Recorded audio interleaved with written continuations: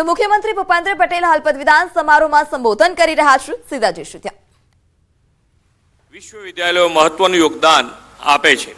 વડાપ્રધાન શ્રી નરેન્દ્રભાઈની પ્રેરણા અને પ્રોત્સાહનથી આજનો સમય યુવા શક્તિ માટે સુવર્ણ કાળ છે। ભારતમાં આજે યુવાનો માટે અસીમ તકો છે। તાજેતરમાં જ ભારત સરકારના અમૃતકાળમાં વિકસિત ભારતના નિર્માણના સંકલ્પ સાથેનું બજેટ રજૂ થયું છે। આ બજેટમાં પણ ભારતની ઉન્નતિનો આધાર સક્ષમ યુવા શક્તિને જ ગણી છે।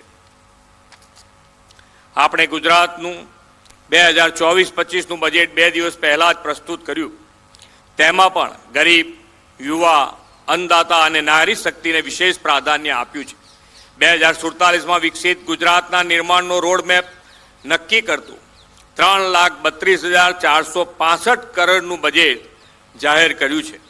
રાજ્ય સરકારે આ વર્ષે શિક્ષણના બજેટમાં 26% વધારા સાથે સૌથી વધુ 55,114 કરોડ રૂપિયાની ફાળવણી કરી છે। સ્ટાર્ટઅપને વધુ વેગ મળે તે માટે ફ્યુચરિસ્ટિક તથા ડિસ્રપ્ટિવ ટેકનોલોજી ક્ષેત્રે એન્જિનિયરિંગ કોલેજમાં રિસર્ચ પાર્ક સ્થાપવા માટે પણ 10 કરોડ આ સરકારે આ બજેટમાં ફાળવ્યા છે।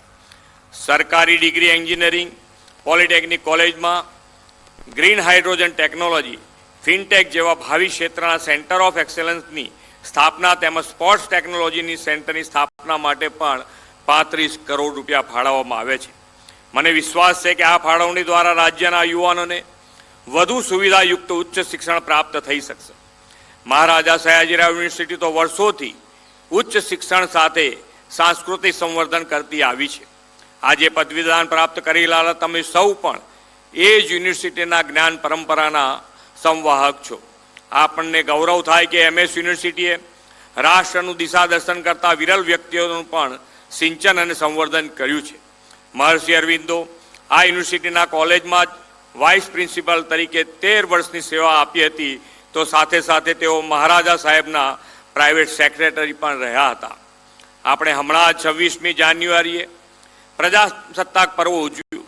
પ્રજાસત્તાક પર્વના રાષ્ટ્રના મૂળ ધારા સમાન બંધારણના ઘડવૈયા ડૉક્ટર બાબા સાહેબે આંબેડકરની કેરિયરમાં પણ ગાયકવાડ શાસન અને આ શહેરનો મહત્વનો ફાળો છે।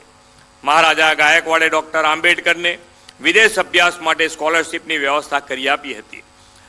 આચાર્ય વિનોબા ભાવે, દાદા સાહેબ ફાળકે અને નોબેલ પ્રાઇઝ વિનર રામકૃષ્ણ વૈકી પણ આ યુનિવર્સિટીના એલ્યુમિની છે। તે આપણા સૌ। તો સમાચારમાં હાલ સમય થયો છે વિરામનો। આપ જોડાયેલા રહો ન્યૂઝ 18 ગુજરાતી સાથે।